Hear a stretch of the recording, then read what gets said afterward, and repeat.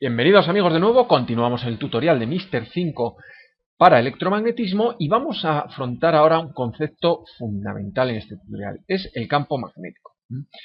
Hasta ahora hemos visto lo que es el campo eléctrico. Vamos a hacer aquí un pequeño resumen muy rápido, por supuesto, porque hay otros vídeos para esto. Entonces veíamos que toda carga en reposo, si yo tenía una carga y estaba en reposo, pues esa carga generaba un campo de fuerzas a su alrededor, que era el campo eléctrico. Bueno, por lo que vamos a ver, el campo magnético es que además, si esta carga está en movimiento, es decir, tiene una velocidad, pues se va a crear también otro tipo de campo, que es el campo magnético. Que va a ser, lo vamos a representar como B, ya lo introducimos, va a ser B, y sus unidades, bueno, lo veremos luego en detalle, pero van a ser los teslas. Bueno, entonces, ya digo, tenemos un campo eléctrico, que es el que crea toda carga que está en reposo, pero si esta carga se mueve, también va a originar un campo B, que es el campo magnético, y con E y B veremos cómo se crea el campo de fuerzas alrededor de esa parte.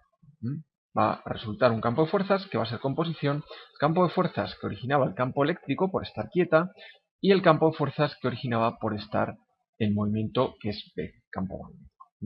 Bueno, esa es una primera idea, que luego ampliaremos por supuesto, y ahora lo que quiero es que vean también el campo magnético, cómo lo podemos conseguir, cómo se crea el campo magnético o dónde nos podemos encontrar campo. Entonces, por una parte, antes de llegar al campo magnético producido por las cargas en movimiento que acabo de mencionar, vamos a ver el campo magnético que podemos encontrar en la naturaleza, que está ya creado y que un buen representante de él es la Tierra. Si nosotros tenemos la Tierra, todos sabemos que la Tierra, bueno, pues en el interior, en el núcleo, tenemos hierro, níquel fundido, y estos elementos van a ser los causantes que la Tierra tenga propiedades magnéticas. ¿Y esto en qué se traduce? Bueno, pues la Tierra, antes de ver qué ocurre en la Tierra, vamos a ver qué ocurre en un imán. Si yo tengo un imán sabemos que tiene un norte y un sur, pues lo que está ocurriendo es que se crean, un imán, si tuviéramos que representar, veríamos que las líneas de campo magnético, que son aquellas, ahora las vamos a definir, en las que el vector campo magnético B, del que estamos hablando antes, es tangente a ellas. También se cumple que esos vectores, esas líneas de flujo van a salir siempre del polo norte y van a entrar por el polo sur. Bueno, pues en un imán sabemos que, bueno, aquí tendríamos también las líneas análogas, y luego, bueno, pues por aquí tendríamos otras líneas de salida que terminarían por cerrar el círculo. Todas estas líneas de campo magnético siempre tienen que cerrarse, es decir, salen por un punto, que es el lado norte, y entran por el sur. Bueno, en la Tierra, ¿qué es lo que ocurre? Que la Tierra al final es como un gran imán, por estos elementos que comentaba que hay en el núcleo, y entonces la propiedad de la Tierra, tal y como la conocemos, el norte geográfico, el polo geográfico y el polo magnético no coinciden, los polos. Sabemos que hay un polo geográfico norte aquí y un polo geográfico sur aquí. Y lo que la Tierra tiene es como un gran imán donde el sur está mirando hacia arriba, es decir, es como invertir este que he puesto aquí, y no están perfectamente alineados. Es decir, si cogiéramos un eje geográfico y un eje magnético, tendríamos algo así. Y además este ángulo va cambiando con el tiempo. Según pasan los años, esto va cambiando. Bueno, entonces lo que a mí nos interesa aquí es ver qué ocurre con el campo, vamos a pintarlo ya en otro color, con el campo magnético. Entonces, como decimos, en un imán, las líneas de campo magnético salen del norte y entran al sur, pues aquí ocurre lo mismo. Saldrían del norte y entrarían por el sur, por el polo sur magnético. Salen por el polo norte magnético y entran por el polo sur. Con lo cual, esas líneas magnéticas en la Tierra estarían representadas de esta manera. Por el otro lado, lo mismo. Por lo tanto, la Tierra vemos ya que es como un gran imán y por tanto se crea un campo magnético.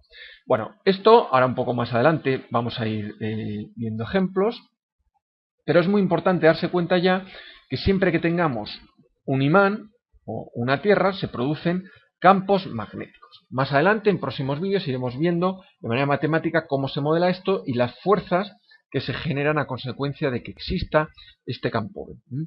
Por el momento estamos aquí. Vamos a parar un momento y vamos a ver cómo se representa la magnitud del campo magnético, es decir, el campo magnético en valor absoluto. Se va a representar como una fuerza, Newton, partido coulombio metro por segundo. Cuando veamos la fuerza de Lorentz, un poco más adelante, veremos de dónde salen todas estas unidades. Esto sale de una fórmula en la que relacionamos la fuerza que ve una carga dependiendo de la velocidad que tiene la carga y el campo magnético. Pero eso ya digo, lo veremos más tarde. El caso es que esto nos va a dar newtons partido coulombio metro segundo, o también lo vamos a poder expresar como newton por amperio metro. Más adelante volveremos sobre esto. Aquí lo que me importa es que vean que la unidad de medida del campo magnético va a ser el Tesla. Lo vamos a representar con una T grande, y un Tesla es un newton partido amperio metro.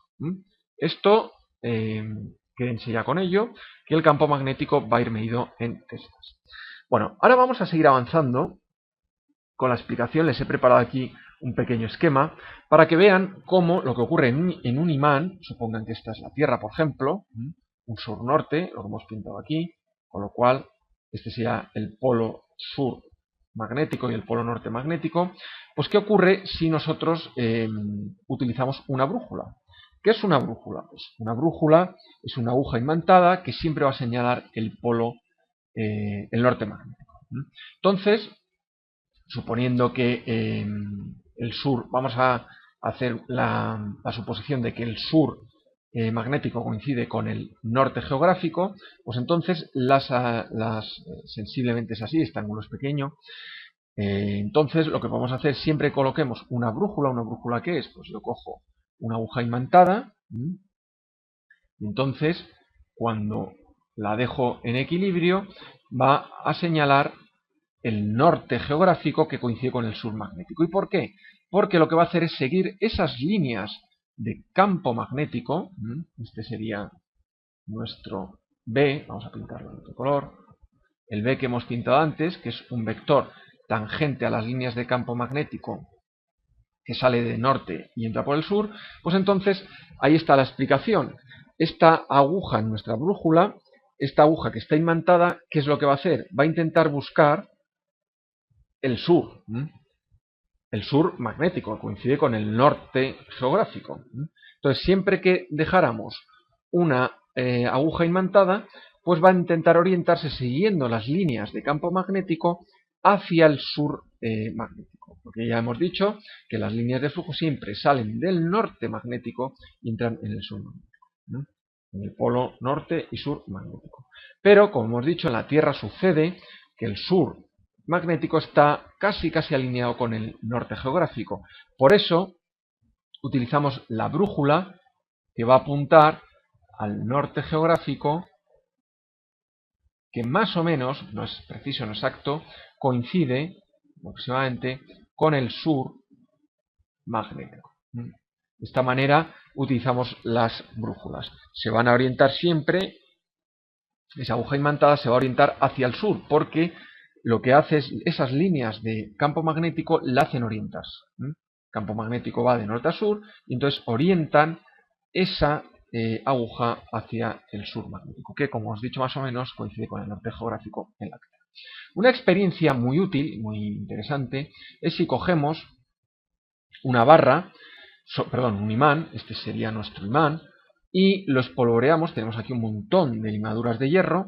Pues entonces, ¿qué ocurre? Que esas limaduras van a orientarse, vamos a pintarlo, van a orientarse con el imán. Imaginemos que este es el norte y este es el sur, pues vemos que la mayor parte de ellas se amontonan aquí en el norte y en el sur, y otras, en la zona intermedia, del imán no hay prácticamente partículas, pero las que no están amontonadas en el norte y en el sur, ¿qué es lo que hacen?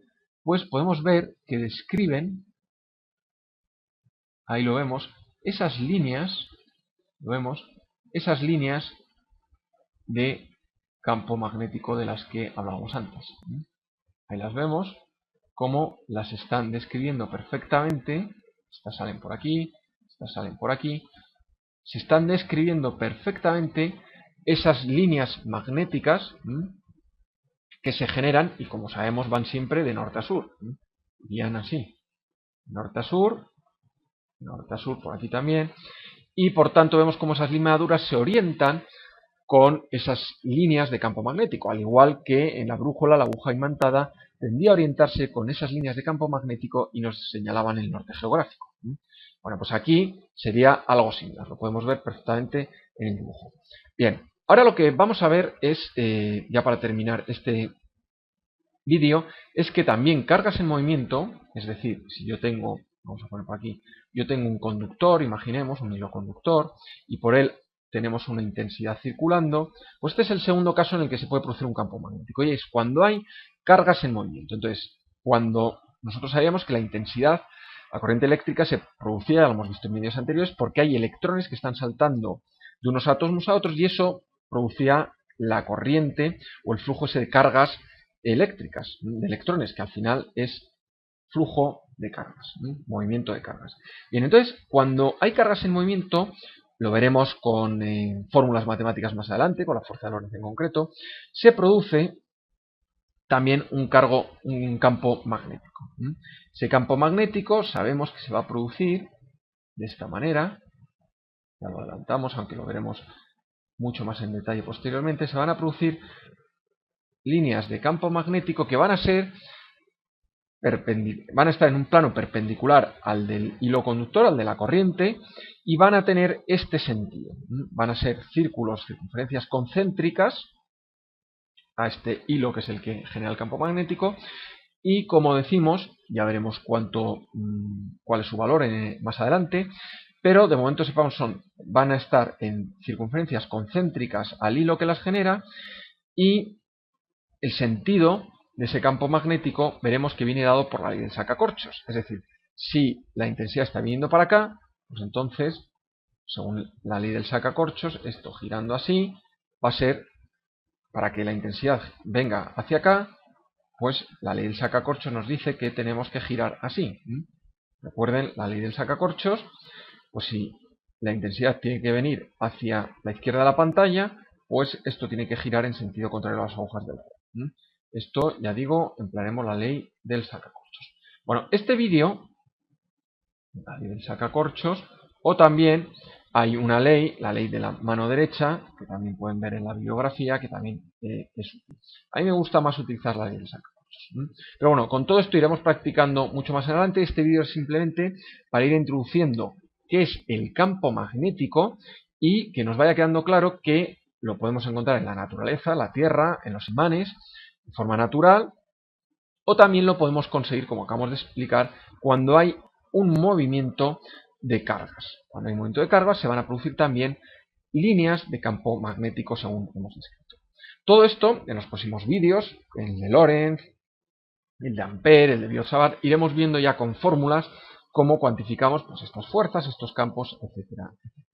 Por lo tanto, no se vayan, el tutorial continúa en Mr. 5. Hasta el próximo vídeo. Chao, chao.